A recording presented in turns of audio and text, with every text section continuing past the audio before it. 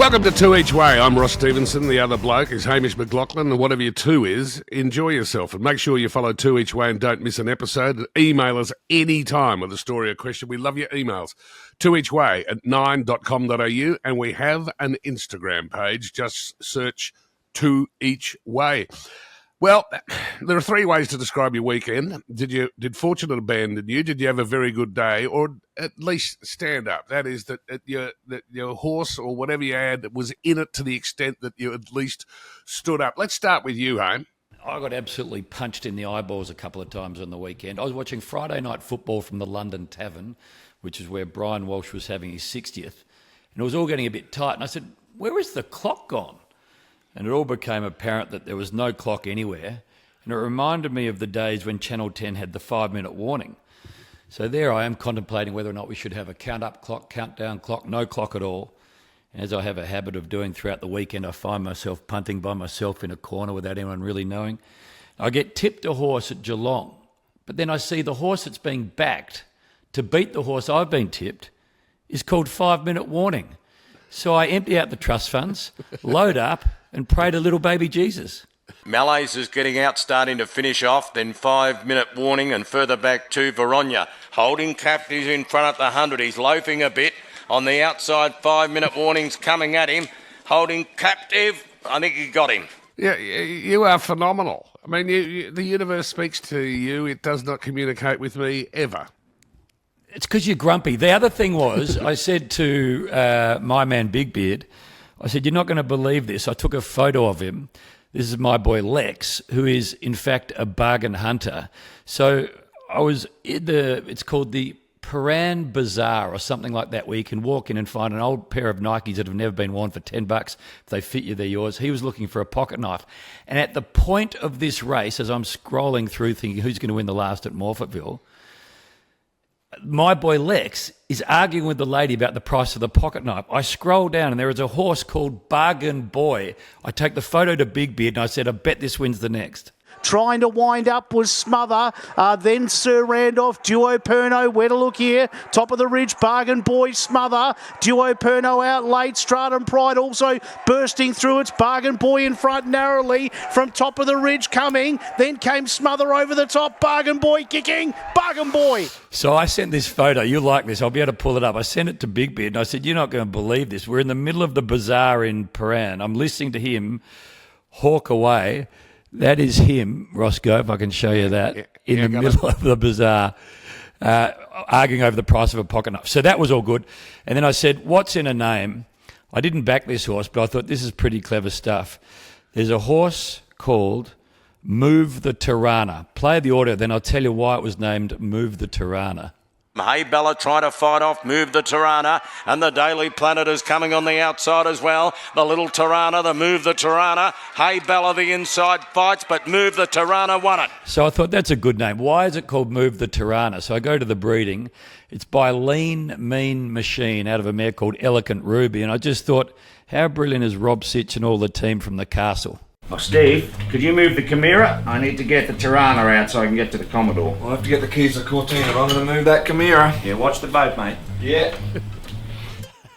That's really good. Oh, they are good. As I've said repeatedly, we love your emails. twoeachway@9.com.au. Get on this. Jason says, "Father of the Year." I assume it's about me. Rumour is fact.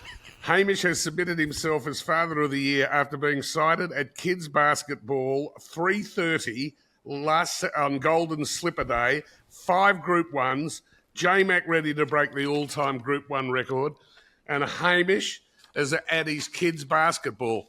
I think that is Father of the Year material. It's hard to argue with Jason, who emailed in. I was watching Indy play a semi-final. By the way, they're completely flogged. In one ear, I've got an AirPod listening to the races, but I put the AirPod on the side where no parents could see. And I had my phone just in between my feet, so I could see it, but no one could see my phone. So with one lazy left eye, I'm watching Rose Hill. With the other eye, I'm watching Indy's side get flogged. But Jason, thank you for noticing, and I hope someone nominates me, and I hope at some point I get to make a speech and I'll mention Jason. Well, hang on, don't ignore me. I got my own personal nomination from several weeks ago. when there were the flash floods down the south west coast of Victoria. I took my 2 youngest children to the Lawn Theatre to see SpongeBob SquarePants, and which means that I put them in the theatre, and then I went and sat downstairs at the front of the theatre so I could listen to some music rather than see SpongeBob SquarePants, which is a complete mystery as to why anyone would think that's entertaining. Then I noticed, I didn't hear anything because I was listening to music, but I noticed lots of flashing lights and sirens going up in the main street of Lawn. So I walked out the front, looked across. Then I saw a lot of people over near the caravan park looking. So I wandered over, and the caravan park was completely submerged underwater. So I picked up the phone and I rang 3AW. I think Tony Moclair was on air, and did a brilliant award-winning live cross from the floods at Lawn. It was truly. Meanwhile, your children are still in the front row, unaware, as SpongeBob was into his sort of 30th chapter. After concluding my award-winning interview, I walked back to the Lawn Theatre to discover that SpongeBob SquarePants, the movie, had ended and my children weren't there. So that is that's what I'm taking you on with as Father of the Year material. I love the fact if people are listening to this, but what they don't realise, there's been a couple of interruptions this morning. I'm at 13th Beach in a lodge with dodgy internet. You're doing a show from home with ordinary internet. You said, I've got to rush this through, Hamish, we'll be quick. You've got to be on the golf course by 9:51, at which point your phone rang and said, I just got to take this. 7 minutes later, you walk back in. Yeah, we should film the whole thing, shouldn't we? We just film the whole. Well, we would if you had decent internet, but yours is redact shit. James last week emailed us saying that he spent $1,200 of his winnings on a $1,300 cricket bat, and you jumped on the line. You said, well, how could you spend $1,300 on a bat? I think the most expensive one you could find was about $750. He says, boys, it was a 2017 Kookaburra Ghost Top Spec from Greg Chappell Cricket Centre in West Melbourne, and it cost $1,300. Not my smartest moment, he says. And get on this. Lee, the heading of Lee's email is camels. My wife and I fly from New Zealand each year to attend the Toowong, I think it's called, races. It's a special race day. Do yourself a favour and visit the Corryong area. It's a beautiful part of the world. I don't think I've ever been there. Anyway, he says he backed my camel, Capital Design, had far too many shoes on it, which put a dent in available shoes for the rest of the day until beautiful Tom Kitten filled up the closet again. And he says his number is 0, the amount of times he will back that camel again. You won't need to bother, Lee. Capital Design has been retired. Oh, you're having some serious fun with your horses. Oh, everything seems to be going amiss. Well, it's unbelievable. How about someone like Paul McNamee? Had no interest in horse racing whatsoever. Someone said, "Do you want to buy a horse?" He said, "No, not really." He goes, "Well, come in with us." Now I'm going to forget the name of Colin Littletrade. El Segundo, Windsor Cox Plate. Watch Your Number. I enjoy Watch Your Number because of the unread emails and texts, the message that Hame, I saw it one day on your phone. You had something like 6,000 unopened emails and 942 unopened texts. My number this week, I can't work out whether it is 25, 17 or 42, but it's like this. Last night, I had a dream that the 3AW Breakfast program had a listener promotion in Yarra Park outside the MCG where certain listeners were given a particular number and it was on a big white bit of paper and we drew out the winning number and up came the listener and he's walking towards me and he's holding up the plaque with the number written on it and I couldn't work out whether it said 17 or 25. So... and they add up to 42. So I'm like, I don't know what to do with it. But if in any way anyone can unlock the universe of 25 and 17 and possibly 42, it'll be Powerball, won't it? Something like that. I think we need to think about this seriously. There'll be something that pops up. I'm thinking about the Crows and the Cats tonight, 17, 25, 42. Lawson Humphrey. Let me think about it. I'll get back to you. I like the fact that you are thinking about it meaning something. Well, maybe at Australia Cup Day at Flemington on Saturday, I have race 1, number 7, race 2, number 5, and race 4, number 2. Multi. I'll have $1 million on it. Yeah, but do I have just, a place multi or conservative million, yeah, like in Australian dollars? Yeah, $1 million Australian dollars. I think it's a fair and reasonable thing to do. Righto. Well, you tell us your number. I'll look up and see whether these things have got any hope at all. So last night I drove down to have dinner with Mum. She lives just outside of Canberra. She's got a horse called Coorong with Tom Sadler. I said, how's Coorong going? Good. Trialled during the week. I said, would Tom Sadler still be up?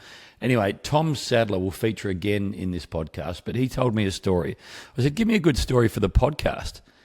He said, well, a jockey mate of his, who he didn't want to name, was walking the track in Durbanville in South Africa with the trainer, and the trainer said, I've had my life on this horse. I want to walk the course with you. I want to go through every step of the track. I want to show you where to be. And he got to the 450, and there was a tractor on the side of the track. He said, when you get to this tractor, you go for home. This horse is as fit as it will ever be. It will not run it. Go at the 450. So they walked it. They looked. There was the yellow Kubota, the orange Kubota tractor over to the right. So they go back into the rooms. Race 1, 2, 3, 4, 5. Race 6. Out they go. And this jockey is very aware that the trainer has to have this horse win.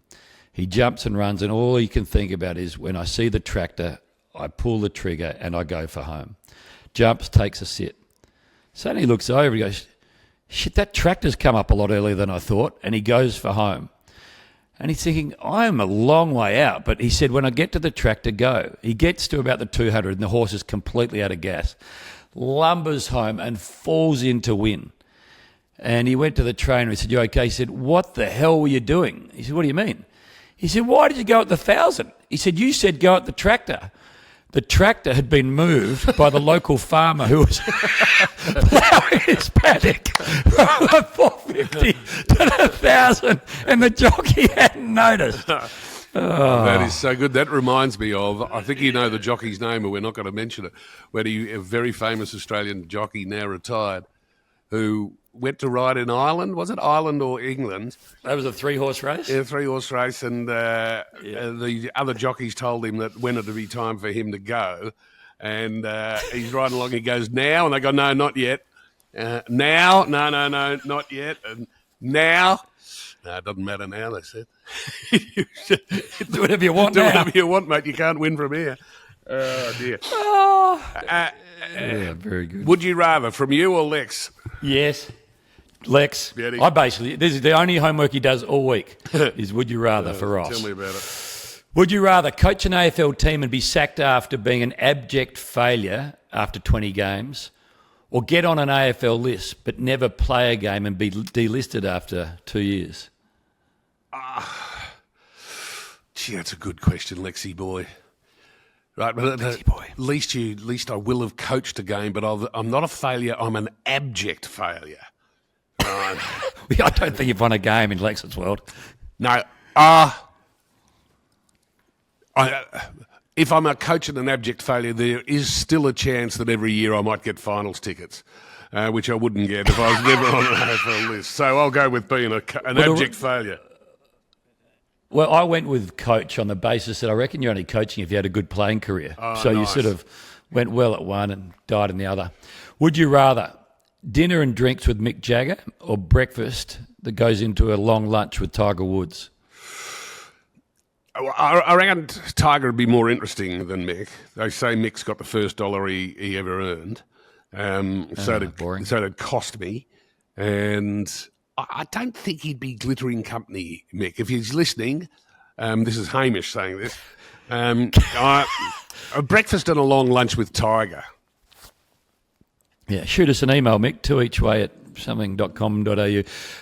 18 holes of golf with Tom Brady at whichever course you like anywhere in the world, or darts with Michael Jordan that ends up in a casino. Oh, please. Darts with Michael Jordan, for sure. How good would that be? Have you heard the story of when Warnie played golf with Michael Jordan? Yeah. No, I haven't. He took a guy that loves betting on the golf course. Warnie took the guy. He said to Michael Jordan, I'm going to bring a guy that loves to bet on the course. And Michael said, perfect. How big does he bet? He said, I don't know, but I think you'll scare him. He said, well, I like to bet. So they get to the first hole, and he said, you play with Warnie, to the guy that likes to bet, and I'll play with my man, Ross Stevenson. He said to the guy, let's call him Big Beard, he said, Big Beard, what do you want to have on each hole? He said, oh, what are you thinking? He said, I'm happy to have anything. And he goes, well, Michael, what would you like to have on each hole? He said, whatever makes you feel uncomfortable. Warnie said he would have had $1 million a hole. It wouldn't have bothered him. Yeah. Do we like him? Do you, Who? Michael Jordan? yeah, do you reckon you'd like him? You reckon he'd be good company? I think if you and I just sat down with him and had a day with him, I reckon you'd leave going, that was really good fun. I reckon the only bit that I would worry about was he'd be bored with us. But I reckon if I brought my A game and you brought your C game, we'd dazzle him. Yeah, beauty. Did I tell you I met Greg Norman at the Grand Prix? I can't remember what I told How'd you go? Well, No, you haven't. all right. I'm surprised you can remember meeting him, to be honest. Yeah, I know. I can't remember telling me, but I'm surprised you can remember being there. I was in the paddock in the middle bit there. Someone kindly gave me a pass, and I was with my 27-year-old son, and I look over and I see Greg Norman. And standing next to him is Andrew Fox. And I know Andrew, not particularly well, but I do know him. So I've looked at that, and I've gone, yeah, here we go. Andrew, how are you? Oh, it's good to see you. He says, have you put on weight? I said, no, I've lost it, you clown. But anyway. And Andrew goes, oh, here's Greg Norman. I turn around, oh, my God, it's Greg Norman. And so I get introduced. And sometimes when you get introduced to famous people, you say the first thing that comes into your head. So Greg Norman is looking at this person who looks up at him and says, I'm from Queensland. What a ripping start. How did it go from there? Yeah, Oscar Wilde, who was good. No, I just got a quick photo. He was, geez, in good nick for... I've never seen him. It was the first time I've seen him with clothes on. But he's 71. He's incredible nick, and he gave a beautiful smile. I should give the photograph to Big Beard to get on our Instagram page.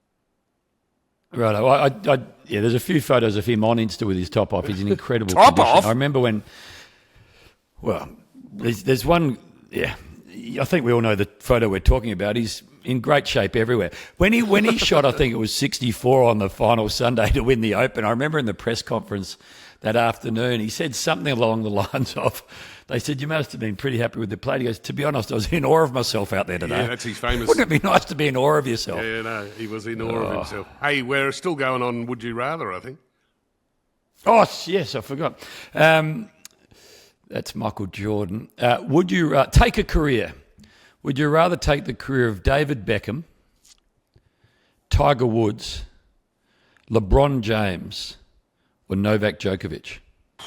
Gee, these are good questions. Now, Lexi boy! not Djokovic, because too many... Not loved. No, but no, too many five-setters. Right, I'm trying to find the... Lazy, inherently lazy. Right. Got it. Yep. Not Tiger Woods, because you've got to play 4 times 18 holes. Right? It's too much like hard work. That seems tricky. Yep. And who were the other two? Walking down a beautiful fairway and hitting ball 70 times. Beckham and LeBron. LeBron's your age. Yeah, LeBron. And playing with his... Yep. Would you? Yeah, I think because the games don't... I mean, I'd just say, hi, I'm LeBron James. I'm just going to put the headphones in and listen to some music.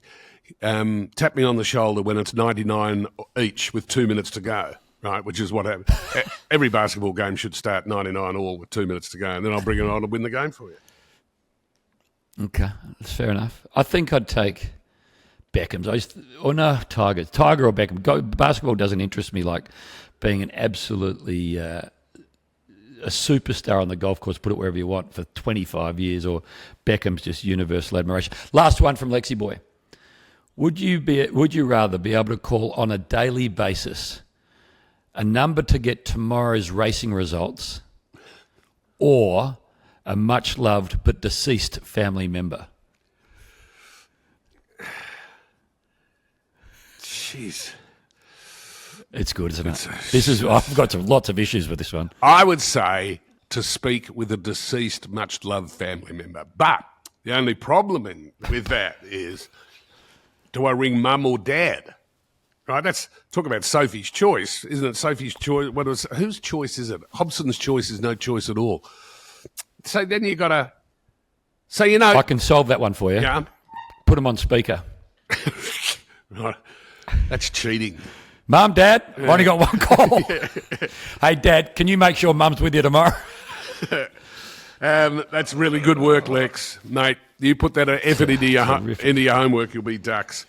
Good call. He's a C- student, but A+ at Would You Rather. Good call. Go for it. I was on air on the 3AW breakfast program, 3aw.com.au, and I got a text message from Ian Robson, who used to be the CEO of the Hawks, when the Hawks won a premiership. And he showed it came up, and I said, I didn't say anything. I gestured to our producer, Scorcher, to come in. I handed it to him, turned the mic off. I said, "Is this fair dinkum?" And he goes away. We keep on doing whatever we're doing. And Scorcher comes back and gives me the thumbs up. Yes, it's fair dinkum. I couldn't believe it.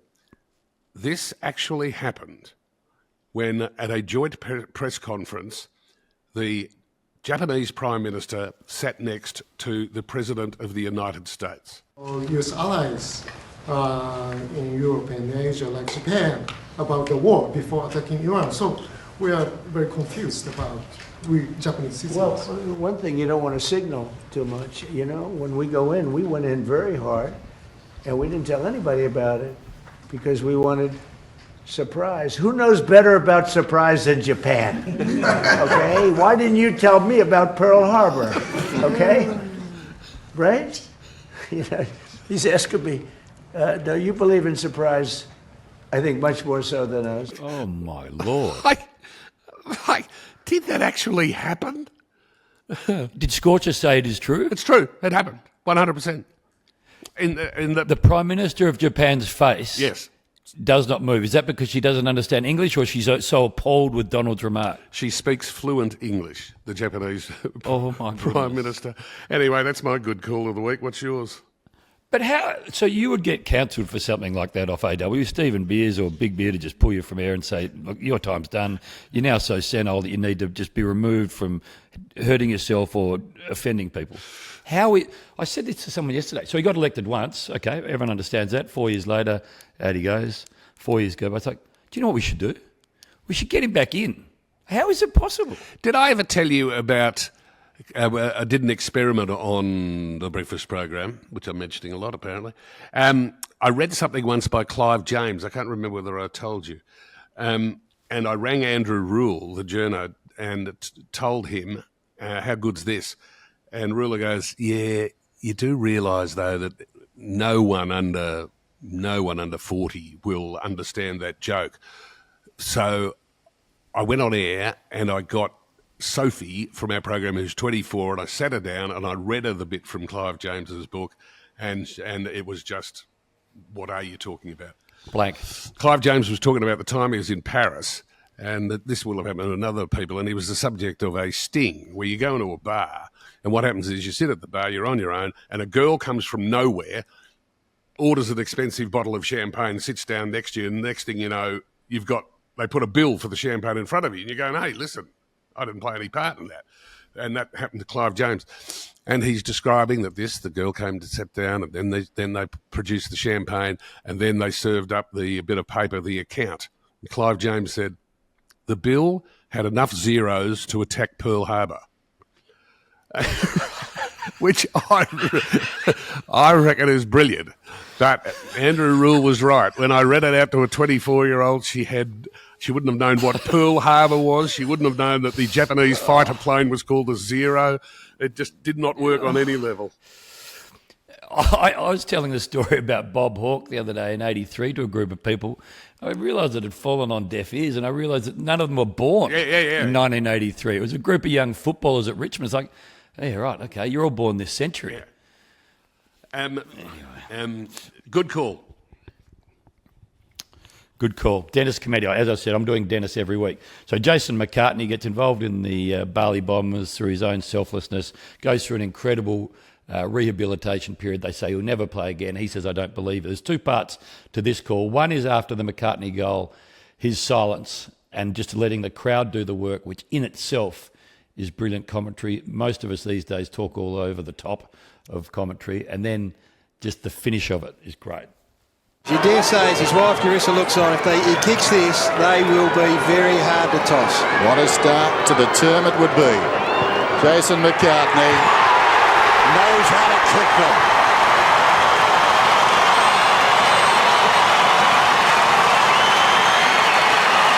Simpson deep in his defensive area. Clock down to 7. Sends it high towards the wing. Porter comes hard. Big Mark Stafford. Too little, too late. Fairy tales do come true. Oh, man. He got it so right so often. Letting the crowd do the work is an art. I remember Novak and Rafa played a 6-hour final. They were both sitting on the seats during the presentations because one of the sponsors spoke too long. But when the final point was played, Bruce McAvaney let it breathe for 10, 12, 15 seconds. And then all he said was, "There's nothing I can say to do justice to what we've just seen." And then didn't say anything for a minute, just let the crowd do it all. Brilliant. It's good. Good. We believe that there's no such thing as a boring person in racing. So each week we find someone interesting in and around, adjacent to racing. This week's interesting person, listener and two-each-way tragic Luke, with this story, his story, from the Dubai World Cup. Roscoe, Hame. This story goes back to last year during the 2025 Dubai World Cup meeting.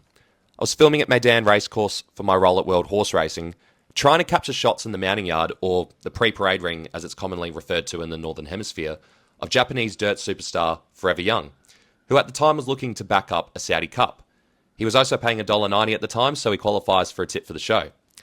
In the pre-parade ring, you had celebrities, representatives of different racing jurisdictions, and other very influential people that I had to keep in mind when filming. Nevertheless, I'd found the perfect spot to capture the jockey's mount and was ready to go. Then, I see that my shot is blocked by a flock of what I thought were local racing fans in their thorbs or traditional garments. It looked like a flock of seagulls attacking a chip at the MCG. The horses are about to come out, and I've got my eyes locked on my monitor. And there's this one guy in a blue thorb who is staring right down the barrel of my lens. I go to take up another position closer to the rails of the parade ring, gently asking the crowd to step aside, waving my media badge. Until I feel 2 hands latch onto my waist, and all of a sudden, I'm being spun 180 degrees to the other side of the parade ring. I'm 6'1", but there I am, staring up at a 6'8" security guard who has barred me from entry into the enclosure for the time being. I ask why, and he doesn't give me a straight answer. The horses are gone. I've missed the shot. I then look back at the footage to see if I had captured anything of the horse. At the same time, the racetrack screen is showing a man in a blue thorb called the Sheikh Mohammed about to commence the start of the big race. So when one of my producers comes to let me back in and ask if I've got the shot, I say, I didn't get anything of the horse, but here's a cracking shot of the Sheikh. Thanks, boys. That is fantastic. Would you be able to pick him out in a police lineup, the Sheikh Mohammed? No. I No. wouldn't know what he looked like. Not being racist, but there's a lot of guys with beards with a similar look. It's like, that's tricky. Yeah, too hard for me. Bring one thing you found this week that you must share with someone. Okay. During the week, I found myself watching a television series, and I sent a text to my producer, not Big Beard, but to Scorcher, and I said, I'm watching The Night Agent. Why am I doing this? And he said, yes, it is mindless, but it is a little... So I persisted with The Night Agent, Series 3, and I've discovered that The Night Agent Series 3 is actually okay. So I've found one. Night Agent Series 3. And during the week, I had a discussion with Scorcher. We're all mad on the Equalizer movies, and we've both agreed 100% it's 3-1-2. Equalizer 3 is the best. The third is better than the first and better than the second. Better than the second. 3-1-2 is the batting order. Is the Night Agent has got who in it? It's not the Night Manager with Tom Hiddleston. No. The Night Agent. The Night Agent. It's got, nobody's really, but, it's bearable. The Night Manager. Have you seen The Night Manager? It's very good. You know my observation about, and I can put this in racing terms, about the Night Manager which was a John le Carre book, I think. I've found one for you. Big Beard, look up, what's the name of the documentary? The Pigeon Tunnel. The Pigeon Tunnel, which is a documentary involving extensive interviews with the author John le Carre. No, I've changed now to The Pigeon Tunnel. Recommended to me by Peggy O'Neill from the Tigers. Here's my observation about The Night Manager. I think between Series 1 and Series 2 of The Night Manager, Big Beard, can you look it up? Was it something like 10 years between Series 1 and Series 2? And I made the observation, Tom Hiddleston needed the run. Well, better in the second one? Much better. Much better. I reckon he's a weapon. I think I fell in love with him when he was dancing on an English talk show. If you haven't seen that, I found one. Google that. Just write Tom Hiddleston dancing. He's a freak dancer. And then I found The Night Manager. And then I had to wait for the second one because the book was the book, and then they had to write something by themselves, didn't they? 10 years. Big Beard confirms 10 years between the Night Manager Series 1 and Night Manager Series 2 and the break in the paddocks. Done him the world of good. Betting like the Watsons. Bets for this weekend's races are actually starting next week because it's too hard because we're both remote today. I reckon. So you're just going to skip over my one that I found? Sorry. You can do that. Sorry, far away. You found one? I assume you were lazy as often, usual.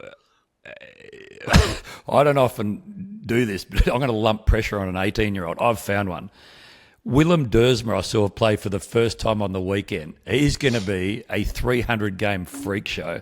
He's the third Dersmer we've seen out of the Dersmer family. He is unbelievable. Who does he play for? He kicked a goal on the weekend that would make Eagles. Where's number one? Went number one. Is a gun. Never seen him play. 191 centimetres, key everything.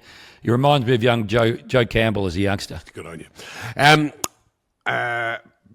Going forward next week when we're both in each other's presence, I reckon betting like the Watsons should be live. We should find whatever race is about to jump somewhere in the world and have we both have $1 million on a different horse. For example, I'm looking it up now.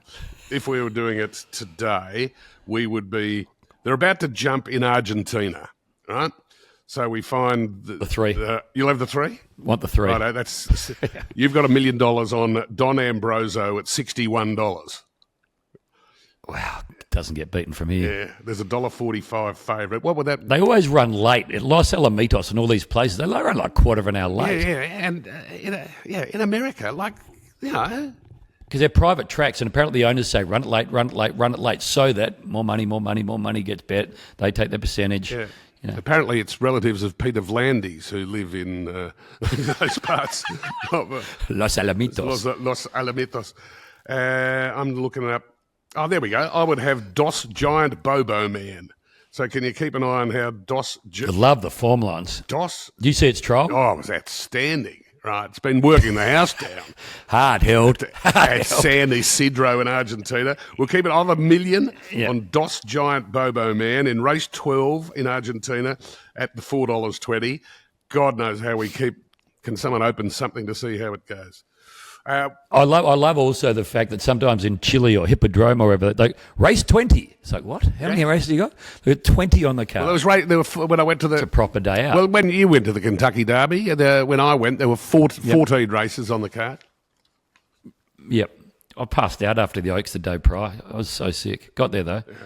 Bjorn Baker was, you tell a story of Bjorn Baker. Peter Blunder goes, who is that bloke over there underneath the garbage bins? Oh, Bjorn Baker. Under the garbage bins, he'd just enjoyed a cold refreshment. It's the observation I made. What are you on? Yeah, I am. This is betting like the Watsons. I am going to have, on the basis that Adelaide are given absolutely no chance, and it's effectively emotional insurance. I'm going to have $1 million on Adelaide to get within 15 points tonight. They're $4.50 and drifting, but I reckon they'll be competitive. I reckon it's going to be wet and rainy. I don't think the Cats are going to kick a big tally. Crows to get within 15 at $1.90. $1 Nice work. We have created the multi-listener multi every week. How many do we get? This is so good. What do we have? 6 out of 9. So it was a scratching, so it was 6 out of 9. bet small to win big. That's the way to go. So, Or bet big to win if bigger. you want to register so that you can be in consideration each week to take part in the multi, what we do is we get this week 9 people to pick a leg, and they can't pick anything that's more than $2. And then Hamish and I, will have $20 on it, and the 9 entrants can whack it up. Why don't we go one for one? I'll start. This week's listener multi. Greg, Tom Kitten to place in the Australian Cup, $1.80. Well, Jason says that may happen, but Birdman will place in the Australian Cup at $1.40, owned by a few of the blue baggers. Dan says Whiskey on the Hill to place. Race 7 Flemington, $1.95. It won at Flemington while I was drinking a whiskey, which I never do because it was pouring with rain during Flemington. Didn't see the universe poking me in the eyes. Will always be angry. Peter tip. Dubai Honour to place. Rose Hill, race 8, $1.25. Brian, Aliana to win. Rose Hill, race 8, $1.05. Nah, can't be right. True, can it? No, let me. Please, let's just scoot across here. Saturday races just ran on the weekend. Eliana, did it not? And won. Oh, am I going mad? I don't even know where I am really anymore. But Saturday, race 8, Rose Hill. It'll be the Emancipation. No, it'll be the Tancred. No, $1.70 to win. $1.10 to place. Big Bids had a nightmare. So, did he want it to win or to place, Big Beard? No, have to be to place. Okay, $1.08 to place. $1.08. Yeah, I don't mind that. Okay. Plagiarism from Joseph to place Rose Hill race 3. Remember we had a horse called Plagiarist? Yes. Plagiarism. That's one of your horses that never won anyway. I was in it with you. Shocking. $1.67 that is. Darren, Freo to beat Richmond head-to-head, $1.03. Happens. Bob, Oh Hope wins to place. That's the horses. Oh Hope wins to place Rose Hill race $6.30. I like this. And Mitch Georgiadis to kick 3 or more goals, $1.53. Who's he play for? Great. He plays for Port, and Port this weekend are playing the Eagles. Willem Dersma, my man, I've found one. That's probably going to happen. He's their target forward. How is J-Mac, by the way? He rides Oh Hope wins for Waller. He became the greatest jockey in Australasia on the weekend. He'll run down 200 by the time he's done. He's just a lovely fella too. Very nice fella, James McDonald. Ripper. What Big Beard was supposed to do there is to calculate how much that 9-leg multi adds up to.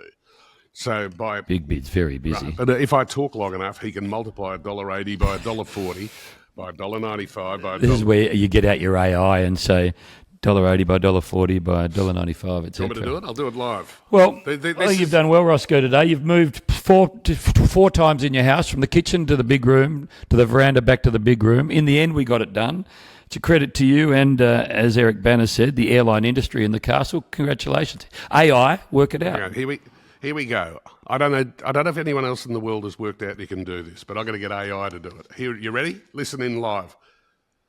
What is $1.80 times $1.40 times $1.95 times $1.25 times $1.05 times $1.67 times $1.05 times $1.30 times $1.53? I reckon it's about $16.97. Oh, this would be good if it is. It's calculating the product of multiple dollar amounts sequentially, is where it does that bit of summarising what it is doing. Sure. Oh, no. It's had a nightmare. It's $1.07. You're fired. See, no. $16.97. The guy with the big beard just did it while you were doing it. $16.97. 20 on. Right, well, let's call that $17. That's $340, whacked up 9 ways. Is 27 it's about $37 each. There you go. For our contributors, if we can get that 9-leg multi up, and they haven't need to put in a cent, right? So, because we're going to have $20 on it. Hey, Big Beard, just before we go, Tom Sadler, get him for someone interesting last week. He told me a story. Last story before I let you go, Roscoe. There's a mate of his that was, when he says a mate of his, I think it was a mate of his father, he said to the jockey, I need to know if we are absolutely spot on. If you go out with your goggles on, we're on. If they're on the top of your head, no bet. So they're waiting, sitting in the stand because he wants to work out if the track's right, everything's good. He looks down race 6. The jockey doesn't have any goggles on at all. He goes, what the hell does that mean? Anyway, the jockey comes back. He goes, what happened? He goes, I got so nervous, I forgot to put them on at all. Follow 2 Each Way wherever you get your podcasts. Email 2eachway@9.com.au and follow us on Instagram. I've sent Big Beard the photo with Greg Norman. Just search 2 Each Way. And whatever your 2 is, enjoy. Whatever your 2 is, enjoy.